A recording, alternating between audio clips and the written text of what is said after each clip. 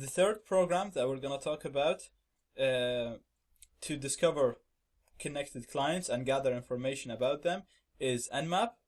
Nmap is a short for Network Mapper. It's a network discovery tool that can be used to gather information about just about any device. You can gather information about any client that is within your network. You can discover clients that's within your network. You can gather information about clients that are outside your network. You can gather information about clients just by knowing their IP. You can put the IP and then you can gather information. Now, Nmap is a huge tool. It has many uses. It can be used to bypass firewalls, all kinds of protection and security. So there is like books and courses that are specific for Nmap only. In this course, we're only going to have a quick look on Nmap to show you that it's very useful, and to show you some of the basic Nmap commands to discover clients that are within our Wi-Fi, that are connected to our network, and discover the open ports in these clients. We're going to use Nmap, which is the graphical user interface for Nmap, and let's see how we do that. So we're just going to type Nmap.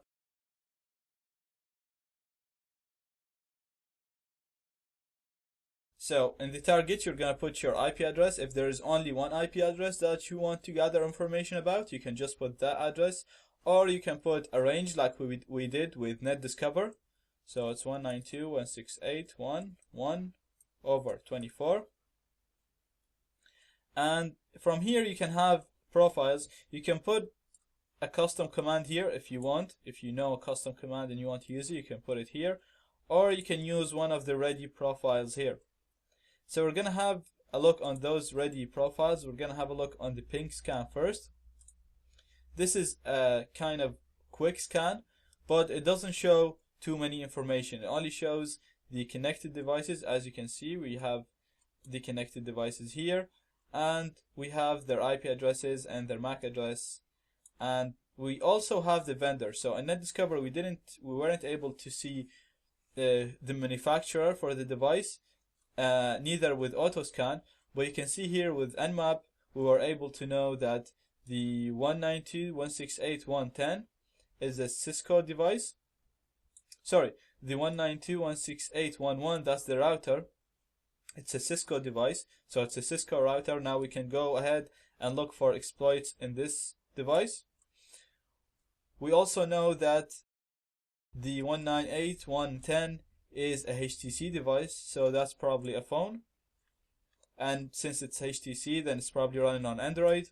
So now we're having more information. We can see that this device, the 12 device, is an Apple device. So again, it's either a phone, a tablet, or a Mac. And then we can see that this device is a Dell, number 22. And here, this device, I don't know who's this manufacturer. And we have another Dell device on this IP address. So again, its ping scan was very quick. We were able to know the manufacturer, the IP address, and the MAC address of the connected clients. The next scan we're going to have a look on is the quick scan.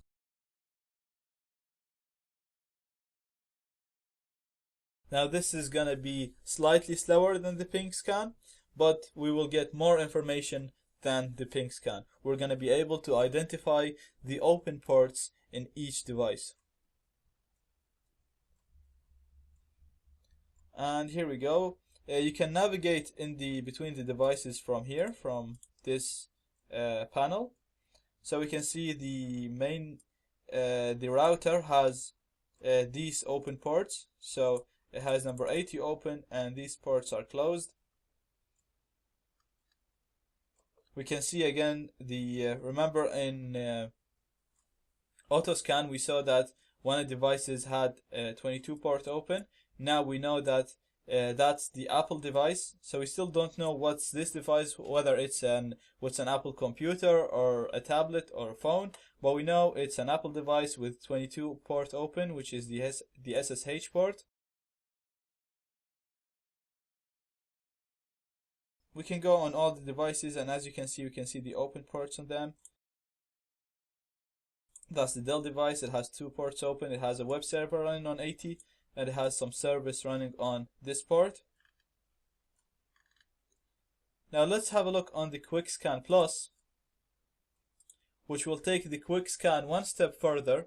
It's going to be a bit slower again from the Quick Scan, but it will show us the programs that are running on the opened ports. So in the Quick Scan, we saw, for example, port 80 is open, but we didn't know what's running on port 80. Or we saw port 22 running, but we didn't know what's running. We know it's SSH, but we don't know what SSH server is running on that port. So again, you can see this is taking longer than the Quick Scan.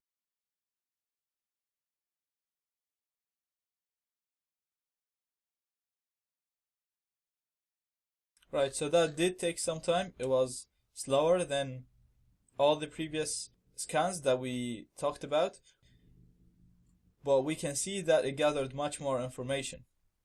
We can see that we have 2 Linux devices connected here. So it got us the operating system of the devices connected. It also got us the version for the programs. So for example, we have the 192.168.112, the Apple device. We didn't know what Apple device it was. We were saying it could be a computer, it could be a laptop, it could be a phone. Now we know on 22 open on the 22 port. Last time we only knew it's open. Now we know it's running. The server that's running there is open SSH 6.1. So we can go again and look for remote exploits, and we can hack that device right away. And when we go here on the device type, you can see it's a media device, it's a phone. So it is actually an iPad, it's not a phone, but iPhones and iPads, they're classified, they use nearly the same iOS version. So that's accurate enough. As you can see here, it's Apple iOS, so we know it's not a Mac, it's not a laptop, it's either an iPhone or an iPad, and it's running iOS 4, 5, or 6.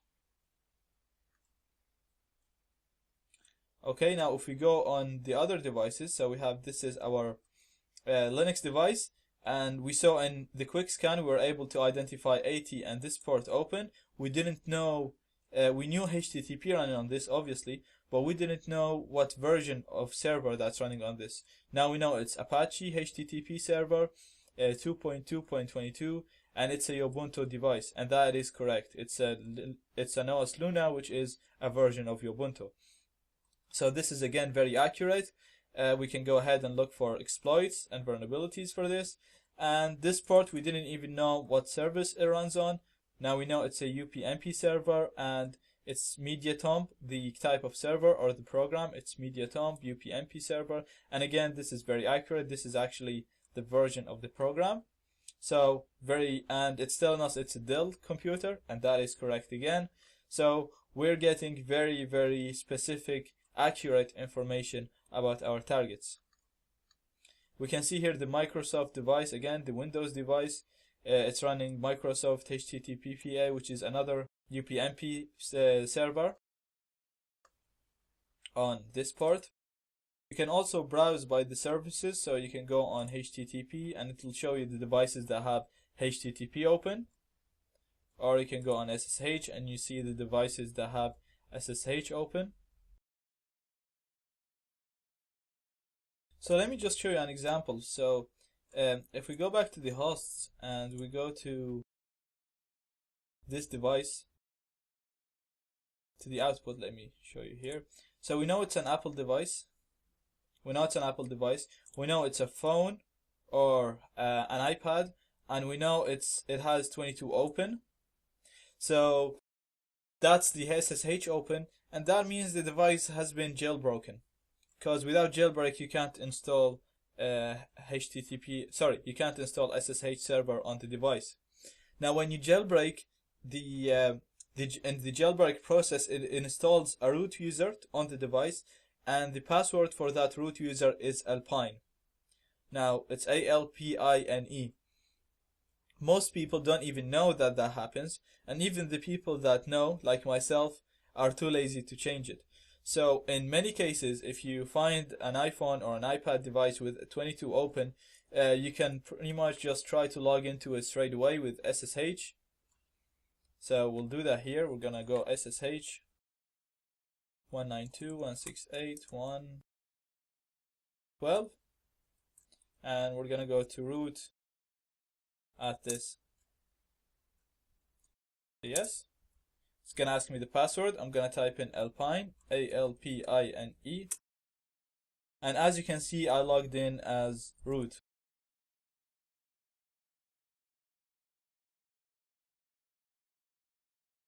So this is just an example of how useful gathering information is. Even if this didn't work, you can go, as I said, you can go ahead and look for exploits for these programs, and you will manage to gain access to this network. So gathering information is a huge step in penetration testing. Nmap is a huge tool. You can carry out so many types of scans. You can experiment with these profiles here, and I highly recommend that you read more about Nmap and increase your knowledge about it, because you will need to use it in many cases, not only in Wi-Fi networks or in Wi-Fi penetration testing.